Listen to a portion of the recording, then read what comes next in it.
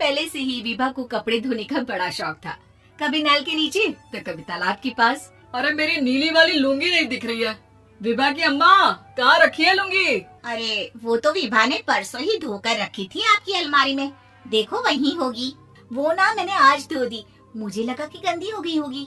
अरे कैसे गंदी हो गई थी, उसे तो मैंने पहना भी नहीं। हे भगवान, इस लड़की के कपड़े धोने की आदत से परेशान हो गया हूँ मैं। जितना तो घर में राशन नहीं आता, उससे कहीं ज्यादा डिटर्जेंट पाउडर का खर्चा है। इसकी शादी करवा दो, शादी जाए अपने घर में ही करे काम, फिर चाहे घर के कपड़े धोने हो या पूरे गांव के।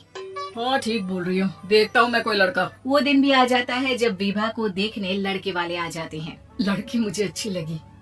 होने वाली सास कहती है, बेटी अगर कुछ पूछना है तो पूछ लो। वैसे तो हमारी लड़की बहुत ही शर्मीली है, जो बोल दो वो मान लेती है, इसे क्या पूछना होगा। अरे कैसी बात कर रही हो माँ, मुझे इन लोगों के घर रहना है, सवाल तो कई है। हाँ बेटा पूछ लो ना, क्या पूछना है। आप लोगों के घर कपड़े कौन धोता है? सास का मुंह बन जाता है।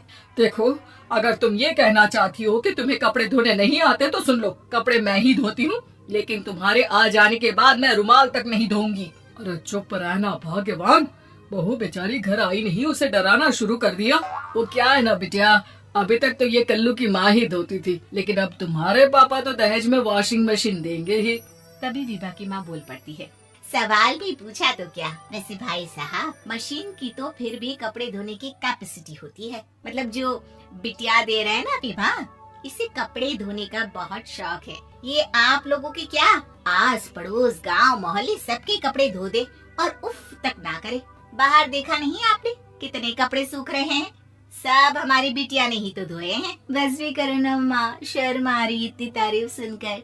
और तो और एक दाग निकाल कर दिखाओ तो मान जाओ। हाँ अच्छा, माफ करना बेटा, मैंने गलत समझा, हमें तो रिश्ता बहुत पसंद है। और ऐसे जुड़ जाता है रिश्ता कपड़े धोने का शौक रखने वाली विभा का। उसकी शादी हो जाती है कोयला फैक्ट्री में काम करने वाले कल्लू के साथ। शादी के बाद अचानक विभा चिल्लाती हुई सास के पास आती है। सासू माँ, अरे सासू माँ कहाँ है आप?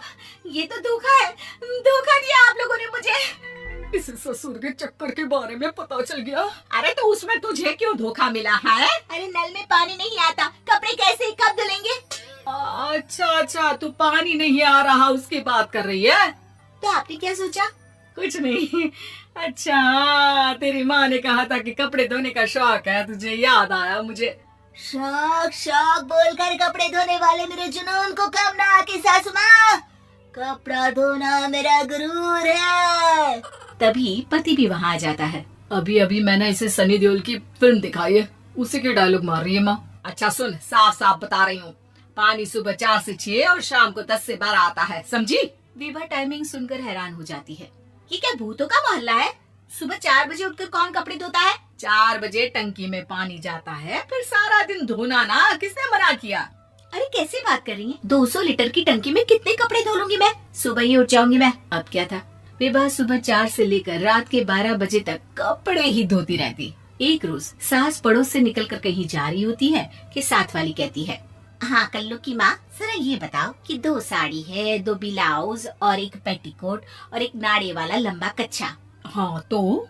अरे तो क्या, कितना लोगी धुलाई ये बताओ। 2 बन दिख रहे हैं हम क्या? हमारे पति सरकारी नौकरी से अभी रिटायर हुए हैं और बेटा सुपरवाइजर है कोयला फैक्ट्री में। 2 बन समझ रखा है हमें। हाय रे कल्लू की अम्मा, माफ कर दो, वो तो मोहल्ले में यही सब बता रहे थे कि तुमने बहू को कपड़ा धुलवाने के काम में लगा दिया है। सास को पड़ोसन की बात सुनकर गुस्सा आ जाता है। वो घर पहुंचती है जहां घर के बाहर ही इतने सारे कपड़े सूख रहे होते हैं जितने कि किसी धोबन के घर पर। अरे ओ कल्लू की दुल्हन, बाहर निकल।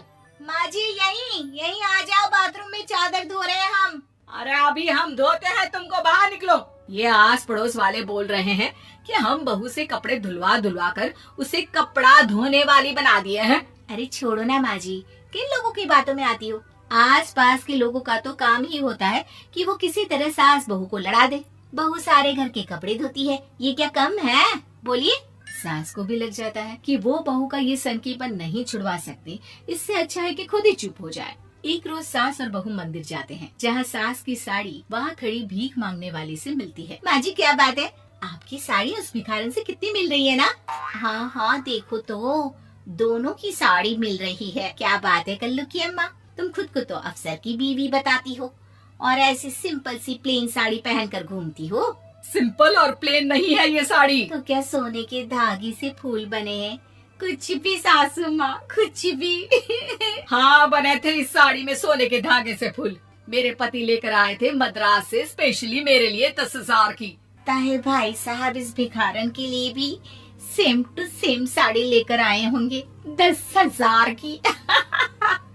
सास उस वक्त तो कुछ नहीं कहती, लेकिन बहू के साथ घर आती है और अलमारी से एल्बम निकाल कर लाती है। ये साड़ी देख रही है, ये वही साड़ी है जिसे मैंने अभी पहना था।